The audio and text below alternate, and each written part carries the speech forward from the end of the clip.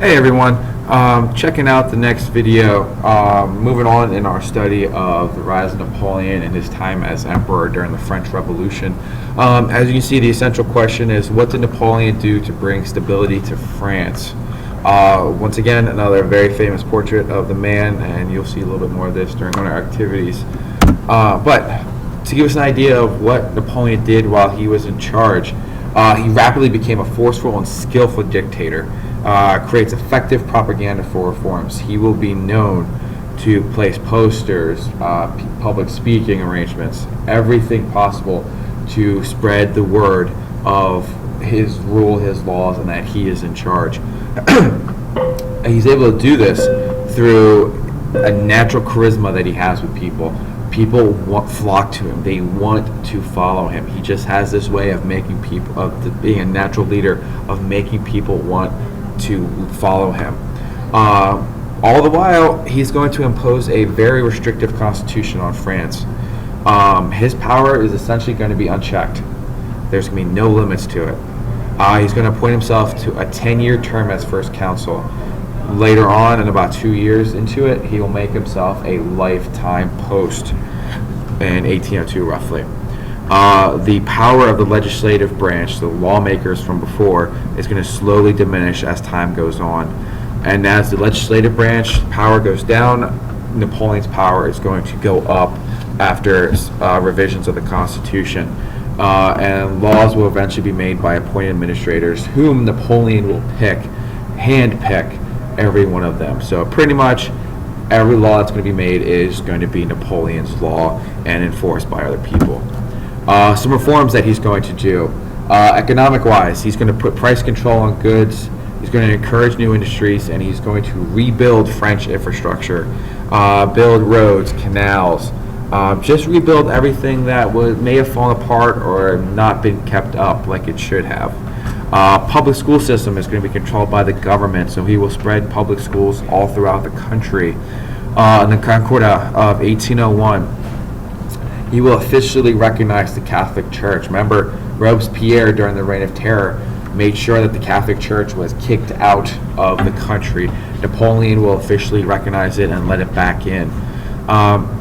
One of the good things that he does is he is very tolerant of religion in France, and he expects other people to be as well. He does not care what religion people pick. Everybody has to respect the other person's religion. He was very big on that. Government would still control many aspects of the church, however. He would not let the church have land. He would not let them accumulate wealth like they used to or accumulate power. The church had to be very controlled if Napoleon was going to allow them to stay in the country. And they had to accept these controls if they wanted to stay. Napoleonic Code.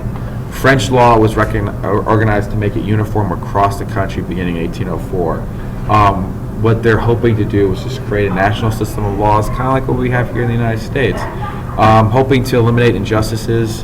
And the only differences compared to the United States is they are going to prefer order and authority over each person's protected rights. If it means keeping everybody under control versus freedom of speech for somebody, the preferred method will be the control of the group rather than the freedom of each person. It will uphold many principles of the revolution. For example, equality of all citizens before the law. Doesn't matter who you are, you'll be protected. Rights of individuals to choose a profession. Self-explanatory. Religious toleration, I just told you about that. And lastly, final abolition of all feudal obligations. So pretty much, if under the old system, if anybody owed anybody money, work, anything, then that essentially was abolished. That was destroyed. You no longer owed anybody anything. It was kind of a clean slate. These rights only apply to men. So it's step back for women who lost control over own property when married. That property that they used to own went to their husband or went to their nearest living male relative. So brother, father, cousin, something like that. Women could not testify in a court of law, and women had a more difficult time asking for and receiving a divorce if they would receive it at all. And here are a couple others. I'll leave this up here for a couple seconds to let it sink in. You can see the goals of the revolution are on the top, Napoleon's actions to make those goals of the revolution happen, and the results that you can see. Your assignment for this video will be those two questions down at the bottom, with the skill builder interpreting chart. Those will be done for homework, as I said when I assigned the video. So there you go. Louisiana for sale. One of the things that he will also do, and this is much to the benefit of the United States, and hopefully he talked about this within United States history, so we won't have to go too much in depth, but Louisiana territory was for sale. Napoleon had hoped to extend his influence into the Americas, so they claimed France claimed the Louisiana territory in 1682. However, they lost to Spain in 1763 at the conclusion of the 7 Years' War, and in 1800 it goes back to France. The French bought it back from Spain. Napoleon closed New Orleans to the United States in 1803, and Thomas Jefferson, who was the president, sent ministers to France to negotiate. While this was going on, they threatened the alliance with Great Britain, and Napoleon offered entire territory for sale at $15 million, and he needed the money for military exploits because he was looking more for more control in Europe rather than spreading influence in America, and $15 million would help fund the military to make those European expansion goals a reality. French Emperor Napoleon submitted a plebiscite, or a vote, to the French people in 1804. Do you want France to become an empire? And people overwhelmingly said yes.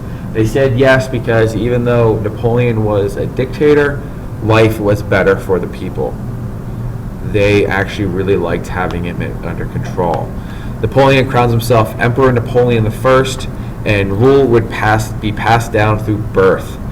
Goal was to rule Europe and beyond. He was not silent about his goal. He wanted Europe, and he was going to try and take it. And he's going to engage in continued warfare with coalition forces to expand his empire. Coalition meaning allies. So anybody that was allied with France, we're going to work together with Napoleon to try and take more of Europe. Which leads us, unfortunately, he will get a little bit too big for his britches. His head will get a little too big, and it will eventually lead to his downfall, which, as you can see, is the topic for the next video. So until then, guys, I will see you later.